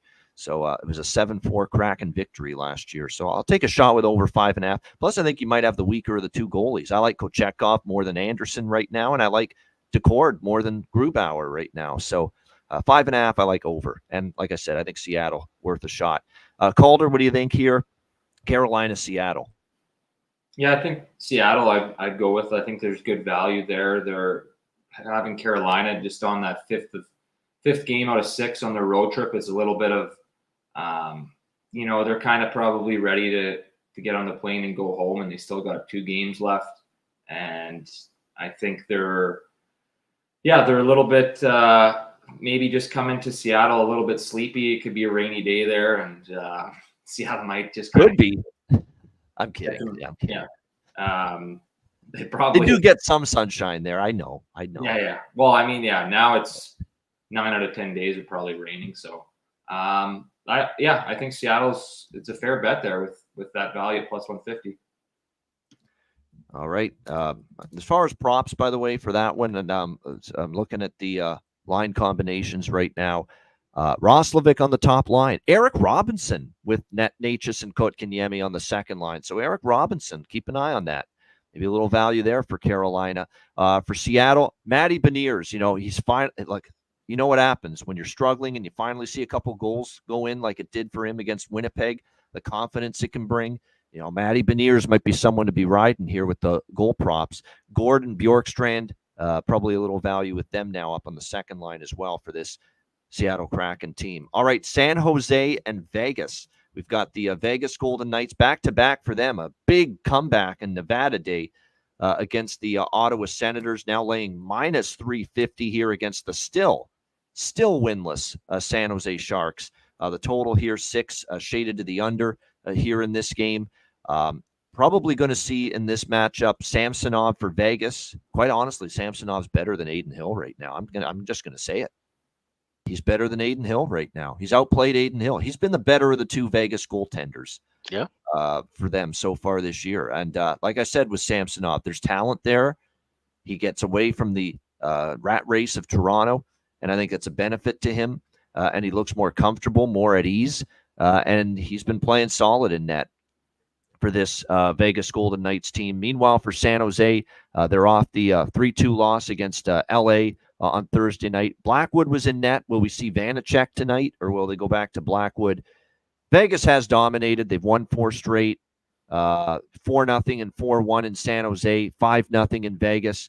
There was one game that San Jose pushed them last December, took them to a shootout here at T-Mobile Arena, but Vegas won 5-4. Sharks are going to win a game eventually. I just don't know if this is the spot for it, quite honestly. Although I'm seeing signs, of their game being, they've been competitive the last couple. But still, it's just snake bit. The offense is just so hard to come by right now. They've scored just during these last 7 games. San Jose, over their last 7 games, has scored just 11 goals. 11 goals in their last 7 games. Definitely is a San Jose spot. A big comeback win for Vegas. Now you're playing the very next night against a lowly San Jose team. Where's the focus going to be? I think there's questions there, but is San Jose good enough to score? Is San Jose good enough to capitalize on it? Because they had a decent little spot in their favor against LA Thursday night, and they couldn't capitalize on it. That's the concern that I have. Maybe I throw a couple of bucks, very small pizza money, little breakfast burrito money, if you will, on San Jose, just because the spot's kind of stinks here for Vegas. But I don't think I can go for much more than that with a winless team. at the moment. And Samsonov's been really good. I like what I've seen here from him in net, and don't know if San Jose's got the offensive chops right now to beat him. What do you think here in this one? We'll start with Calder on this one. San Jose, Vegas. Yeah, it might be a little bit of a broken record, but with Vegas coming off a back-to-back, that's why I think San Jose might have a shot here. Other than that, I wouldn't touch them. I think, Vegas is that top line they got is just rolling. Like Barbashev, Stone, Eichel, they're the real deal. They're putting up points. It's going to be hard to stop them. But I think, maybe if they are coming on a back-to-back and they see it's San Jose, they maybe take their foot off the gas a little bit. I don't know. I'm not confident in really the Sharks, but it's maybe worth, like you said, putting that McDonald's breakfast combo. And the problem with the slow start that Vegas might have is they had a slow start yesterday against Ottawa, and I'm sure Bruce Cassidy's going to let them know, hey, we don't want to have that kind of start to a game repeat itself here against San Jose. So that's something you have to factor into this particular handicap. But yeah, I mean, it's very interesting to see how Vegas plays here because they played yesterday. They had the big comeback against Ottawa. Do they have that same requisite, attention to detail, doing all the right little things right, that go into taking care of business against a team that clearly you're superior than. What do you think here, Alex? Sharks, Golden Knights. Yeah, I like this first period over quite a bit, and like I said, it's based on both teams. Either San Jose finds a way to get things rolling against the Vegas team that had some slow starts, including, like I said, the start yesterday, or Vegas fights back from having that slow start yesterday, and they can put the screws to San Jose. They can name their score against them. We know they have the much more potent offense, especially at home. So at laying $1.25 and MGM $1.28 at FanDuel, I think that's a great spot. I'll play a little bit small here, and I'll probably add a little bit more in game, but definitely liking the first period over. Way more than the full game over. It's not a bifecta or a trifecta look. This is just strictly the first period over. Yeah, I agree with that. Just simply because Vegas has been a first period over cash cow so far this season. I think now after yesterday, this team is now at 7-1 to the first period over so far this season. So I'm with you there. I think that might actually be the best approach with this game is rather than the shot with San Jose or betting anything on Vegas in this spot. There's just very little value. First period over is probably your best option here. The same props. I mean, close shave Barbashev, Ivan Barbashev, and you go on down the list. These are that was a good prop game for me. I had Barbashev to score in that game yesterday. I think there was someone else too on Vegas that got it done for me, but Dorofeyev's been good. Watch out if guys like Nick Waugh and Keegan Colasar start to score from the third line like they did yesterday for Vegas. That's going to make them probably even more dynamic potentially. For San Jose, like if you're going to bet on anyone to maybe get the job done for them offensively right now, it's only a handful of people. It's the quartet of Granlund, Eklund, Toffoli, and Zetterlund. They're really not getting a whole lot from anybody else offensively, which is part of the reason why this team's been in a drought in recent games at that end of the ice. All right, we go to the final game now of this Saturday slate. Pittsburgh Penguins taking on the Vancouver Canucks. We've got Vancouver minus 190, home favorites. This is obviously a back-to-back on the road for the Penguins after being blanked by Edmonton last night. The total sitting at the 6.5, shaded to the over here in this game. You know what we're doing here. System play, folks. The Ice Guys system play is in effect. This angle, it's like finding treasure at the bottom of the sea. That's what we can compare this to with what we've seen here with this team off a shutout loss. First period and full game over. It's been just incredible. While the first period over, it's been incredible. 13 situations, 12-1 to the over. First period for teams off a shutout loss. And then, of course, we've got on the flip side, the full game over. It's not been nearly as profitable, but still pretty strong. 9-4, full game over for teams off a shutout loss. It's been a great bet, great angle. We found it. And by the way, very much appreciate and respect. There's multiple people on Twitter X have either responded or DM'd me and decided to say, you know what, I wanted to talk about this angle that you mentioned and just wanted to give you the credit for it. I appreciate that. I do. But, I'm I'm sure I'm not the first person that stumbled on an angle and then other people figure it out or hear about it and use it. It's not the end of the world if people, mention it on other shows and other platforms and say, hey, Ian Cameron, I'm cool. I'm not going to lose sleep over the fact if someone doesn't mention that, it kind of started with this show. But I do appreciate that. I really do. When there's people that said, I just wanted to give you all the credit for it. There's someone that does a column at VSiN for hockey. DM me and said, I mentioned the off a shutout angle, but I said I'm going to mention in the article, Ian Cameron give him all the credit for it, and that's really respectful. I appreciate as it should that. be, as it should be. No, you did. You found that trend. You uncovered it. Yes, trends can be covered and unfound at any time. Okay, I say that all the time to somebody with the first period overs. But you found this angle. You found that trend. You deserve the credit for it. Simple as that. No, I do. Like I said, I appreciate people have the courtesy to do that. Yeah, exactly. Yeah. That's a good point, Calder. Yeah, no doubt. Yeah, as far as this game, you know what I'm doing. First period over, full game over. No doubt. Slammed. We don't even think twice now. And we see it this strong. 11-1 first period over, 9-4 full game over for teams off a shutout loss, like Pittsburgh, obviously, getting shut out 4-0 last night by Edmonton. We're betting it. It's been that strong. It looks like we're going to see Nedeljkovic in net here for Pittsburgh on the back-to-back. Jari's not even with the team anymore. He's been sent down to the AHL for conditioning. Well, it's not conditioning. He sucks right now, and they got to try to get his game back or his trade value up because no one's going to trade for him because his game's in the tank right now. Tristan Jarry. So it's not conditioning. It's about he needs to start and play well down there and increase his trade value.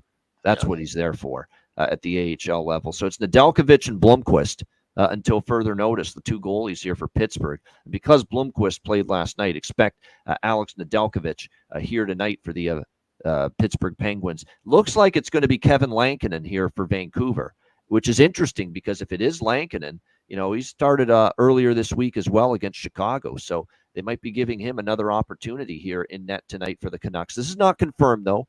And Rick Tocchet could always change his mind. But as of right now, he's looking maybe to go to Lankinen for a second straight start here tonight. But for me, straightforward. I mean, nothing on the side. I mean, certainly I don't want any part of Pittsburgh right now with the way they're playing.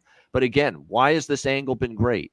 I think that's worth talking about. And I think I've mentioned it a few times on the show previously, but it's worth mentioning again. Why is this angle so good with the teams off a shutout loss? Because when you get shut out in the last game, what do you focus on? You got to get the goals going. You got to start turning that red light on, lighting the lamp.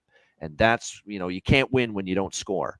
So these teams really go into hyperdrive trying to kickstart their offense the game after being shut out. Look at the Islanders. Look how aggressive they were out of the gate last night against New Jersey after being shut out by Detroit. That's why the angle's good. The teams really want to get going offensively when they've been shut out in the previous game. Well, ask the guy that played, Calder. When your team gets shut out, what's the coach and what are the players focusing on for the next game when you've been shut out the last game? Defense or offense? Yeah, you're focused on the off. I mean, yeah, it could be if you get shut out 7-rip, you're focusing on, you got a lot of shit to figure out. But yeah, like you're kind of, you watch some video and see, okay, like, are we getting to the front of the net? Are we making it tough on their goalie, getting in front of his eyes? You're just looking at, a multitude of different things of what you didn't do properly. And maybe if it was a case where you had 45 shots and they didn't go in, then that happens. But yeah, a lot of times it's just looking at little things that guys can do better to put themselves in better scoring positions, getting to the front of the net. And a lot of times it kind of starts with one of those greasy goals of if it's a rebound or a deflection, something like that, to kind of springboard things back in action. But yeah, it makes sense to me. Yep, and it's been a great angle. It makes sense to me because it keeps winning. And you can talk all you want about analysis and why it works and why it's been so strong. But the fact remains, when you see the results the way they are for teams off a shutout loss, that we've seen just incredible stuff. 12-1. Are you kidding me? First period over. 9-4 for full game over with this. It's just been remarkable. Alex, what do you think here? Penguins, Canucks. Now, I'm with this over trend. Obviously, I'm riding with, especially with the first period overs. But I will be playing this, especially because it's a late game, and it's something I'm doing a little bit more with. And I don't know if people have noticed this over the last couple of weeks, but we're starting to kind of strategize more with how we're setting up our live plays, especially just from a chronological angle. Because this is the last later game of the night, there'll be plenty of time to circle and isolate this live. There's no reason to lay 150. There's really no reason to even grab 6.5. You should be able to get 1.5 at $1.30 or cheaper for a couple minutes into the game. Not waiting too long. We're not waiting for plus money. We just want to lay a better, more reasonable price and hopefully look for a 6 in game in the first couple minutes. So this will be the sole focal point of that late hour, that 9:30 hour. We'll be trying to grab this first period and full game over in game at cheaper prices. I agree. You can definitely get a better. You hope you get those 2-3 minutes early in the game. That's all it takes. You get 2-3 minutes of scoreless hockey. You get down to 17 minutes left in the first period, and it's scoreless. Absolutely, you're going to get a better price with both the first period over and the full game over, and not just a little bit of a better price, potentially a lot. Just by 3 minutes, and a better number. Yeah, you talk about 3 minutes. You're definitely looking at 5.5 laying 130. 135, and what's the problem with laying 135 at 5.5 in game when you were looking at 6.5 regame? One whole goal, I'll lay 135, 140 with if I'm doing that in game. I'm not going to do that pregame. Like I see a 140 in Dallas, Chicago at 5.5. I won't lay that pregame, but in game when I had 6.5 pregame makes total sense. No doubt. Calder, what do you like here? Pittsburgh, Vancouver. I think you guys nailed it here. I think the Canucks are going to win. That first period over, little insights is a cool thing. So, I mean, I would bet that, and I think the over. I think there could be a lot of scoring in this game. The Canucks are capable, and obviously with Pittsburgh coming off being shut out, you'd like to think they're going to come out with a little bit of piss and vinegar and something to prove. Last game of their road trip, I like that first period over thing, and I would just stick with that. All right, liking first period over as well with Penguins and Canucks. As far as props for this game, this obviously game, we think there could be some goals in it. If Drew O'Connor, we've talked about that. Whoever's up on Crosby's line, there's value with Drew O'Connor up on that unit. For the Vancouver Canucks, there is some interesting moves being made by Rick Tocchet with his forward group. It looks like they're putting Nils Höglander back with Pettersson and Garland. How about that for a new look top line potentially for the Vancouver Canucks? And I like Connor Garland. You're going to give him a chance to play on the top line. He's going to have outstanding value and maybe to find the back of the net. So Connor Garland, Nils Höglander alongside Pettersson, where Pettersson continues to, not play up to the level people expect of him. Besser, Miller, and DeBrusk look like that's going to be the second line for Vancouver. But yeah, definitely, like I said, if Garland and Höglander play on that top line as it's currently looking like based on the line combos at the moment, there's value for both of them here tonight. Shout out to everyone in the chat. Appreciate it very much. Hit the like button. Who else is going to go through 14 games, every game on the board on a Saturday for the NHL slate but the Ice Guys? Thanks to everyone tuning in on every platform, YouTube, Twitter, X, and Facebook. Of course, patreon.com/Ice Guys. Make sure you check out and sign up and subscribe to the Patreon page as a member. Goalie charts, totals charts, bonus content, the daily betting card, which will be posted right after the show for the remaining games today. Sides, totals, player props, all that posted each and every day. Patreon.com/Ice Guys, just $10 per month.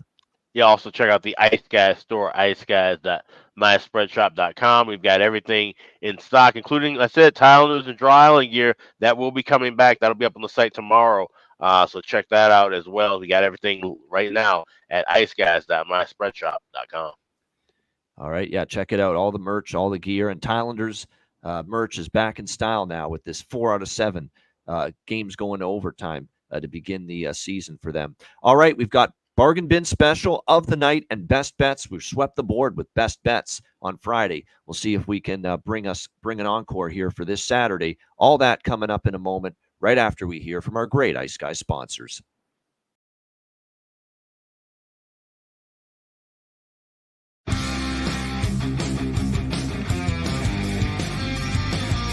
Support for the Ice Guys podcast is provided by Boston Hemp Incorporated, Manscaped, Power Play Sportsbook, Raise Your Game, Tailgater Sofa.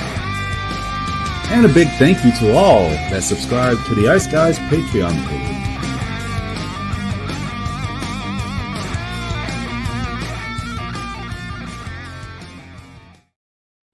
Everyone loves a perfect pair.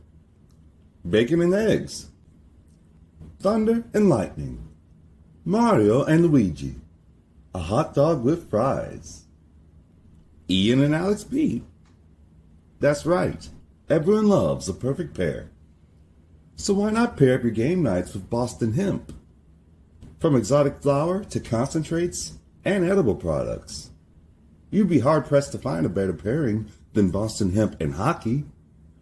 Check them out today at bostonhempinc.com. That's bostonhempinc.com. Boston Hemp Incorporated, the official smoke sponsor of the Ice Guys. Void where prohibited by law. Not available outside of the United States. Must be 21 or over to obtain products. Check your local regulations to see if Boston Hemp is available in your area. All right, shout out to our great sponsors of the Ice Guys show, including our daily sponsor and the official sponsor of the live betcasts as well, Boston Hemp Inc.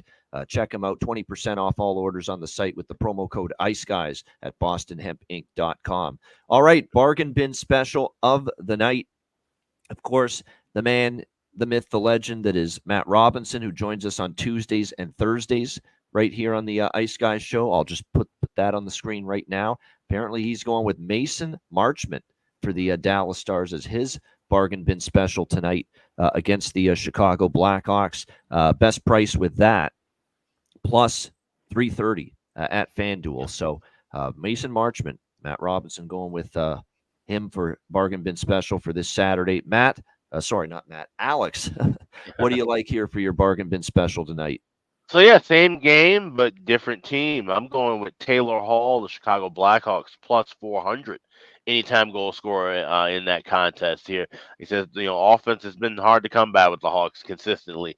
But I think this could be a good game where Taylor Hall gets things rolling at plus 400. That is a fantastic price. So it can be Taylor Hall plus 400 anytime goal scorer for the Hawks against Dallas tonight. My bargain bin special for Saturday. Taylor Hall, Chicago Blackhawks, bargain bin special for Alex B. Smith. Calder, I think you mentioned the Leafs Bruins was your target for bargain bin special. What do you like? Yeah, I have Morgan Riley, anytime goal scorer for plus 850. And the someone in the chat likes Morgan Riley too. Yeah. The only reason is because I saw it's his 800th game.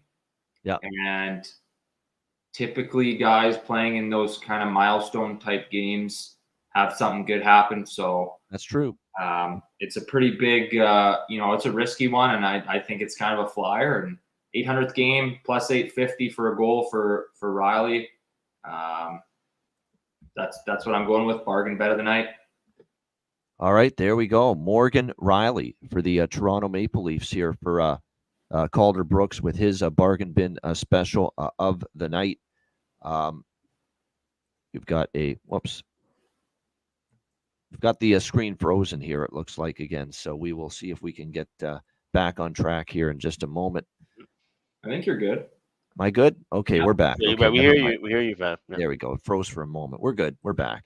All right, so good stuff. Morgan Riley. I like that. That's a good angle. It's an angle worth considering because of that. I fully agree with that. All right, for me, for bargain bin special of the night, there's a lot of good options here tonight for this one. I'm going to go to I feel good about Utah today. I feel good about them getting something going offensively. And Josh Doan is up on the second line. And to me, there's definitely a little bit of value now with him up on that unit for the Utah Hockey Club. Trying to get maybe Gunther and Cooley going a bit as well, playing with those two guys. So Doan for the Utah Hockey Club, plus 508 at Betano, plus 450 at FanDuel. Very good prices out there. Up on the second line with Dylan Gunther, Logan Cooley, trying to spark this Utah team that's only scored one goal in the last two games combined. So there you have it. Josh Doan, Utah Hockey Club, plus 5.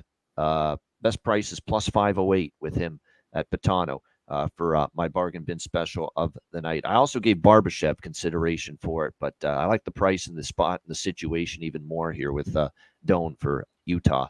All right, best bets Alex, what do you like for best bet? I guess I'll be adding that Josh Doan goal prop to my Utah money line. Plus 125 is still available. I got plus 130 yesterday, but it's a great spot for the hockey club. It's a bad spot for the LA Kings. Coming off of that win, off of this long road trip, now finally settled back in home and not having to play in an early start time. I think this is going to be a rough one. So give me the Utah Hockey Club plus 125 on the money line. It's my Saturday best bet. There you go. Utah Hockey Club is good as plus 130 right now with them against Los Angeles. Best bet for Alex B. Smith. Calder, great job again on this Saturday. What do you like for best bet? Yeah, I'm going with the Wild here against the Philadelphia Flyers. I have them just straight up. That's already started, man. Yeah, we can't use that one. Oh, well, what the heck? I didn't know that. It's an afternoon. Well, yeah, no Detroit Buffalo, no Minnesota Philly. Can't use those. They're already started. Yeah. Okay. Well, we're going to go. My other one I was going to say is Vegas puck line. I think even though the Sharks, I just think I could easily see Vegas blowing out the Sharks. So I would think about taking them on the puck line. That's one of the later games. So I know that one hasn't started. So we'll switch it up and go with that. All right. That's Vegas puck line -1.5, -130. With that, with the Golden Knights puck line for Calder Brooks with his best bet. My best bet for this Saturday card. There's a lot of good choices on this one. Let's go for, in my opinion, for best bet.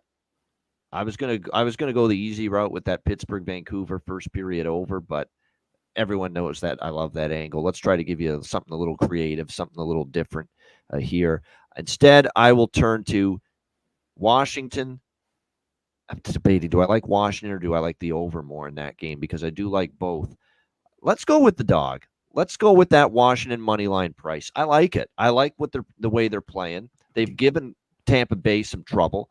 Including a win for Washington in Tampa last year. The only win for Tampa came past regulation, and Washington is an undervalued commodity right now. Are they going to be red hot start to finish all year? No, they're going to have their bad stretch. They're going to have their losing streak. There's going to be spots to fade Washington and make money betting against them. They're going to have their rough patches, but right now they're playing great. Tampa's shown enough vulnerabilities in net and defensively last few games that this is a live underdog, in my opinion. That's very much given Tampa Bay tough games repeatedly. So let's go Washington Capitals, see if we can cash a big plus price winner. Plus 148 with Washington for my best bet here for this Saturday NHL card. All right, that's a wrap. Shout out to everyone in the chat. Hit the like button. Appreciate it very much. And a reminder, the Ice Guys is now. I do want to mention with the schedule. Tomorrow we're on at noon Eastern, and every Monday, including this Monday, we're on at noon Eastern. Okay, our weekend time will carry over into Monday. So the Monday shows moving forward until the new year will be noon Eastern, 11 a.m. Central. So make sure you are aware. And plus, the video gets posted, or the link for the next show gets posted early enough. So again, you'll be aware that it's Monday at noon Eastern. Every Monday moving forward. Yeah. So it's going to be 7 days a week, but now it'll be Tuesday to Friday, 2 p.m. Eastern, Saturday, Sunday, and Monday, noon Eastern, with the Ice Guys show moving forward. And of course, if you can't watch the show live, download the Ice Guys podcast in audio form on all major podcast platforms, Google Podcasts, Apple Podcasts, Spotify, Stitcher, iHeartRadio, Amazon Music, and more. Download the Ice Guys podcast if you can't watch the show live. Looks like the draw's in trouble, at least early, with Minnesota, Philly, but the over-by-fect is off to a great start with Detroit, Buffalo. So hopefully it's a sign that we got some wins and a good, profitable Saturday on the way. Good stuff. Calder, great job again, as usual. For Alex B. Smith and Calder Brooks, I'm Ian Cameron. Have a great Saturday. Enjoy the games and good luck. And we will be back with you tomorrow on Sunday for another edition of the Ice Guys.